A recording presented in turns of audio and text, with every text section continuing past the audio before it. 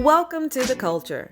We rest at the pulse of the community, providing all things news, music, fashion, events, and everything that we talk about in between. It's a lifestyle.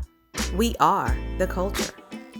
Thank you for joining us again on The Culture. I'm your host, Jessica Garrett Modkins, and joining us today, we have Miko Branch, who is the co-founder for Miss Jessie's. Welcome to the show. Thank you so much for having me, Jessica. Absolutely. I knew I had to. COVID gave me a lot of downtime, and I was so thankful. I picked up this great book that you wrote and finally finished it. And in the book, you take us on a true masterclass on business development, branding, scaling your business, cash flow, partnership, negotiation, all of it. Congratulations on this national bestseller.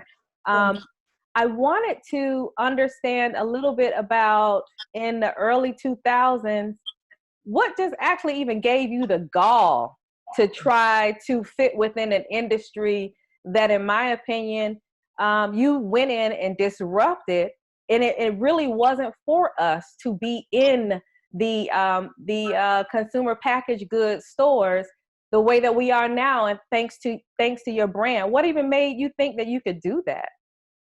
Well, Jessica, my sister Titi and I, we built our business together from scratch, and we were less focused on being a pioneer, being a disruptor, and we were more focused on being helpful.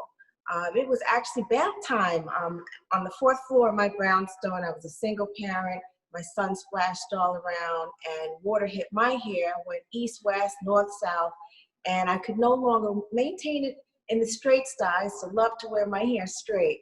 And I embraced it. It started a conversation with our customers. And then, I quickly became a curly hair expert. And as I did that, the demand just became more and more.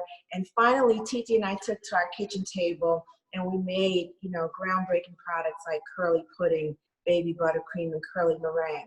So I think the key with that is like really showing, which are primarily our customers in our house, how to use the product. Thank God for the internet, we were able to share on a wider scale, and then so on and so on and so on. And then now, a natural hair movement started. Yes, and I am an avid user of your products. I feel like you do my hair every day, and that's because I am using your products.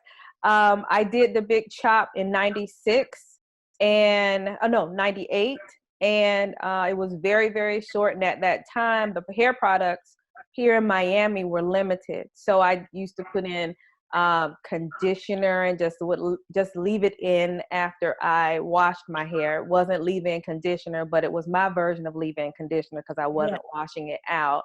And then from there, I went to shea butter, lotion, curling activator, gel, just anything that I could get my hands on. I would use it and kind of try to make it work. And then when I moved to LA in early 2000, I think it might have been 2001.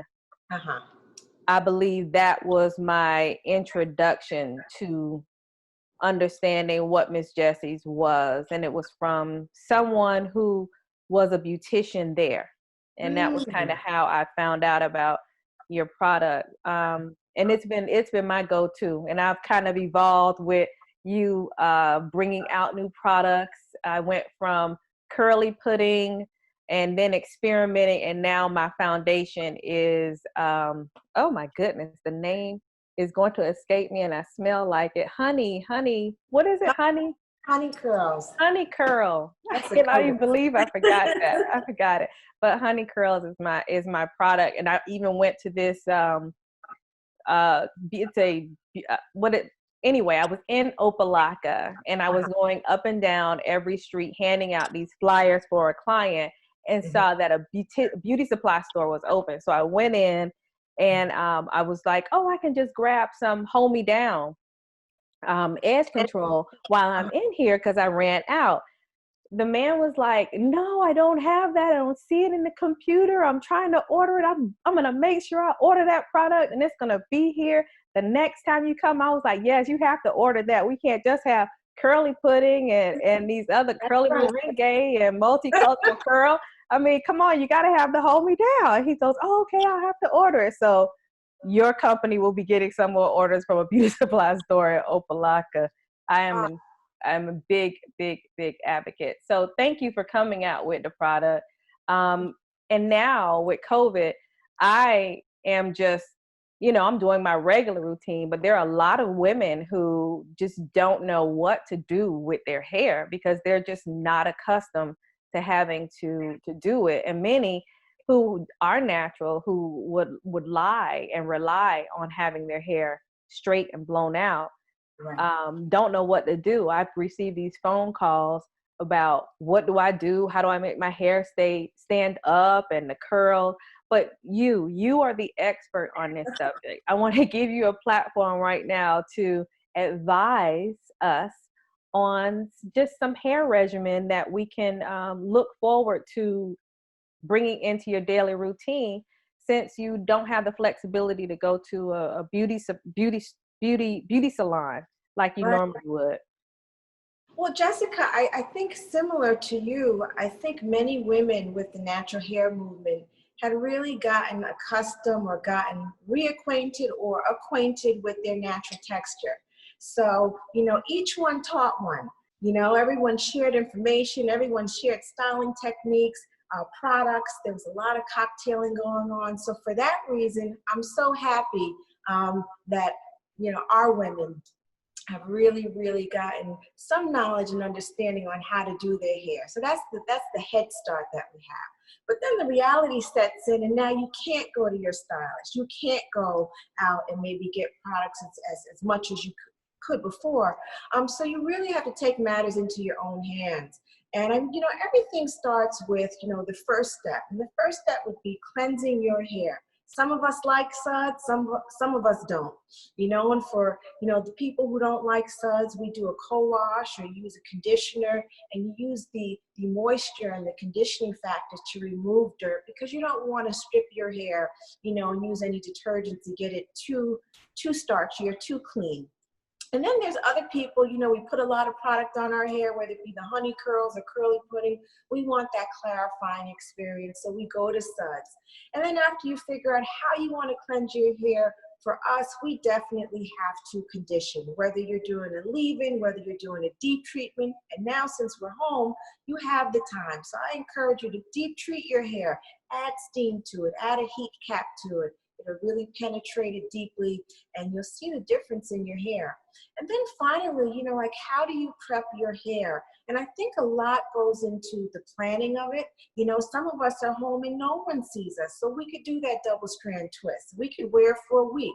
We might even be able to wear it for 2 weeks. And then if we, go out or a video chat or get on a Zoom conversation, we could take that twist and turn it into a twist out, and then we have another style. So for me, it's really about maximizing what you have and really figuring out your schedule, making your hair and your lifestyle work with it. Some people are wash and go, so they're able to wash their hair and wet it and put product in. And if you live in places like South Florida or in LA, like you mentioned before, being able to put product in your hair, go out and let it dry is not a problem. It's really about choosing the just right product, because as you know, your product is going to do what you want it should do exactly what you want it to do, and it has to perform. So really figuring out the right product for you when you're a wash and go girl is important. And then of course there are braids, there are protective styles, there are ponytails. And you mentioned like the foundation of it all on the styling front, and that would be hold me down. Hold me down will make anything right. Whether you're a ponytail, whether you want to snatch it back, whether you want to leave it out, if you just care for your edges and make that look nice and soft, I think you'll be able to present in a nice and neat way. Absolutely. Absolutely. I want to go back to your book, because you talk a lot about your brand is fluidity, growth, evolution, staying ahead in this industry, and also continuing to adapt to the reality on the ground, what is going on currently. Has COVID-19 in its existence provided any repositioning for Miss Jessie's? Absolutely. When we first heard word of COVID, I immediately closed our headquarters down, which is now located here in South Florida. And I was really concerned about the safety and the health and well-being of my staff. And I wanted people to be able to focus on Miss Jessie's without fearing that maybe the person over there who might have symptoms or who may not have symptoms, I didn't want them to feel like that would affect their well-being. You know, most of us have families, and we just want to be careful. So I closed very early, and that was one. I mean, that was a big thing because I'm old school, Jessica. I like to see my staff. I like to touch them. I like to talk with them, build with them. So to work remotely, that was a huge adjustment for the company in itself. But I'm finding that, you know, my staff and even myself, we're really able to function at a high level remotely. And that's like a little note that I've made to myself when it comes time to figure out what I'd like to do when things open up. Maybe, you know, it won't be full time in the office every day. Maybe we'll do a half and half kind of thing, because I'm finding that we're very productive remotely. I think, you know, the good news about my business and the kind of business that I have, which is beauty, ironically, when things hit like this, somehow we're interested in how we look. We're interested in that shampoo that's going to give us the just right cleanse. We're interested in the moisturizer that's going to really keep us hydrated during these moments. You know, I think it's 10 weeks for us now. You know, we're looking for the just right product who's going to bring our curl to the highest potential. So Miss Jessie's, you know, as a hair care provider, you know, luckily we were able to have established that relationship with the customer where our customers know what's available to them. So they're able to do things like remotely purchase online. You know, if they can't get it from their Target, their Walmarts, they'll go online. And then, you know, you can even buy from Miss Jessie's. So those are kind of the shifts on, you know, two sides, you know, on the employee side or the Miss Jessie side, and then on the customer side. And then, you know, also Miss Jessie's has partners. So it's not just Miss Jessie's, you know, we have to make sure we're praying that our partners also are okay so we can continue to be in business. So it's a lot of, you know, just kind of anticipating, reacting, and then planning. But then there's also a lot of prayer. You know, we're just asking God to make sure that everyone can maintain and stay in business and be able to supply us so we can supply you. And so far, so good, Jessica. We could always be in a better situation, but I'm just so thankful to be able to be here and be able to still supply people like you with honey curls and hold me down. Oh, wonderful. Have you seen an increase in any of your specific products? Like maybe people are ordering this product a lot more now that we're at home? Well, I think, you know, the good news is that across the board, we're seeing people order more of the things that they like, and then also the things that they need as, you know, these periods of lockdown or sheltering in place are going beyond a month or two. You know, some states are going into July, you know, so people are trying to plan now that they know what it feels like to be in the situation. People are planning, and luckily they're planning with the products that they need for their hair. And as it relates to the business model, I know that this book was really about your journey in building Miss Jessie's. But as a business owner, what I took away from this book were more so the principles surrounding your discernment, your hunch, your intuition, your passion, your ability to say no when it seems quite odd. Can you talk to our listeners about the ability to say no in the face of something that seems right? And I'm speaking in regards to your, I guess, like Dave Chappelle moment where he just kind of walked away from his show and everyone thought that he was crazy, but he knew within himself that that wasn't something that he needed to continue to do on his business journey. And you did something similar to that with Target. And that was such a huge decision that you made and a stance. Can you talk to our listeners about that discernment and intuition that ultimately led you to be the brand category leader that you are today?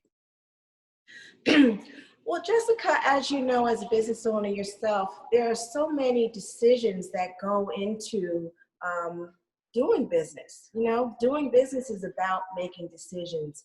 And TJ and I, we didn't have business school. You know, we didn't have special contacts. You know, what we did have was one another, and we built that business from scratch. So the business became very personal to us. You know, so when we partnered with larger companies and corporations, you know, like a large retailer, we really wanted to keep our core values and who we were and the decision making that we've made prior. We really still wanted that to be in play. And it became really real for us when we, you know, in exchange for larger distribution, larger doors, and of course more money, what were we willing to do or not do? And, you know, as you know, with any partnership, there might be a time where you guys just don't agree, or maybe it's going to affect the core values of your business, and you're either going to make a decision that's going to really align with who you are, or maybe you might pivot and do something else, you know, in exchange for maybe more money. And I think for Titi and I at the time, our business was still very personal to us, and we saw a larger picture. We were less focused on low-hanging fruit, and we really believe that if we hold on to our business and if we stand by it, we felt like we could not only win this small battle, but we could weather the storm of staying in business, particularly in an area where we didn't know much about that business. Jessica, we were excellent at mixing curly pudding and we were excellent hairstylists, but to go into business with a large partner like Target or Walmart or Walgreens and not know anything about that business can be very scary. And unfortunately, many mom and pop shops like Miss Jessie's have lost their business simply because they didn't know what they were doing. And Titi and I, we were, you know, running the same risk, but we decided that we were going to stick to our core values. And luckily we did, because we still own Miss Jessie's 100%. And when I say we, I still mean Titi and I. And it's because we've made the decisions that felt right for our company and our brand. Well, congratulations to you, to all of the employees, and to us, your customers, because you put out a great product. You don't sacrifice anything. And we're thankful for that. Any closing thoughts that you would like to share with our viewers? I want to shout out my customers, the customers who have been with Titi and I from day one, the customers who believed in us, the customers who stood by us, the customers who are still here. Those are the people who I credit, who Titi credits with the success of Miss Jessie. I wouldn't be here discussing the success of Miss Jessie's without our customers, without people like you who love honey curls. We do have new products. We are a hair product company. Jessica, to add to anyone's hair regimen, I think everything is right on time because luckily we have 7 new products. We have a co-wash, which is don't want no suds. It's excellent. It comes in the tube, and all you do is squeeze out just the just right amount. And then we have sulfate-free shampoo like Harmy Knot. That's a new one, and it smells so good. It's so light, but it's so yummy, and it's so moisturizing. And then also there's oldies but goodies like the Super Sweet Back. It's now in tube form, and the Rapid Recovery is now in tube form. So those are just a few. And we're still enjoying making products, and you can expect more from Miss Jessie's in the years to come. Well, thank you so much for joining us. And you know, I realize that I am an avid Miss Jessie's customer and has been loyal to you for decades now. But there are many people who don't even know who Titi is and may not know. We're speaking as if they know who Titi is. Tell everyone who Titi is. Titi Branch is my late great sister. Titi is largely responsible for building Miss Jessie's. There were some key directives that Titi put in place in terms of sharing information. I was apprehensive, but Titi thought, no, this is really important. We have to let our customers know how to use this product. She had a heart of gold. She wanted everyone to benefit. She wanted everyone to look beautiful. Titi was responsible for the buy one, get one free, so everyone could rack up on their favorite Miss Jessie's product. Titi was a wonderful woman with a kind heart. She was truly a pioneer. She was my big sister. We built Miss Jessie's together. And I believe Titi raised me in all the right ways. She was my teacher, and I'm just holding Miss Jessie's down in her physical absence, but also, she's here with me in spirit. So I'm so proud of Miss Jessie, so proud to have partnered with her to create products for people like you, Jessica. I know Titi can hear you when you say you really love honey curls. I couldn't be able to make honey curls without her. So shout out to Titi Branch. We love you. Yes, we love you, Titi. Thank you, Miko, for all of your transparency. Thank you, everyone, for joining us on The Culture. As always, you can follow us on Twitter, YouTube, Facebook, and Instagram. Our handle is @TheCultureXYZ. Be sure to pick up Miss Jessie's. It's a national bestseller. We thank you, Miko Branch, for joining us today. And we appreciate you being a disruptor in the beauty industry, and we look forward to new products that you'll bring for us. Thanks so much for joining The Culture. Thank you. The Culture is produced and owned by Hip Rock Star Media and cannot be reproduced or broadcast without written consent by Jessica Garrett Modkins. All rights reserved 2020.